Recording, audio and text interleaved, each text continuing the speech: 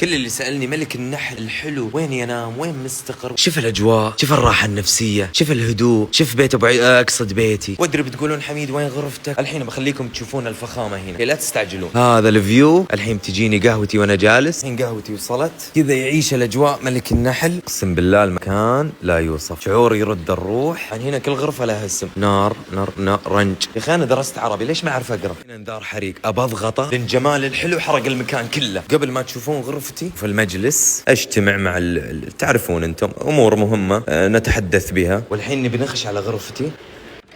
هنا اقدر ارتاح. انا هنا جوي، احب شيء اسمه راحة الاغنياء. الحمد لله ايبو مو موجود ابد. طبعا كل يوم استلم غرفتي جاهزة ومضبطة ومنظفينها. ايبو اذا بيجي هنا بيخرب الجو. مشينا بوريكم الفيو. شوف الاطلالة هنا، يا لبيه، نفسيا انا مرتاح. وهنا اتكي هناك انا اشوف الفيو. اقسم بالله اجواء. ايبو ايش قاعد تسوي هنا؟ هذا الزحف من وين طلع؟ تعال قاعد اكلمك يا طيب.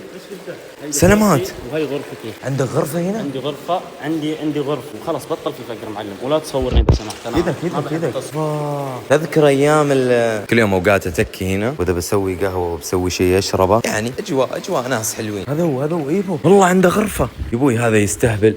يا طيب افتح تذكر الباب بوجهي. يا طيب افتح ما تضيع وقتي، احنا رجال اعمال حياتنا غير. وخ غرفة شامية مسوي شامي. يلا استهبل الاغنياء بس.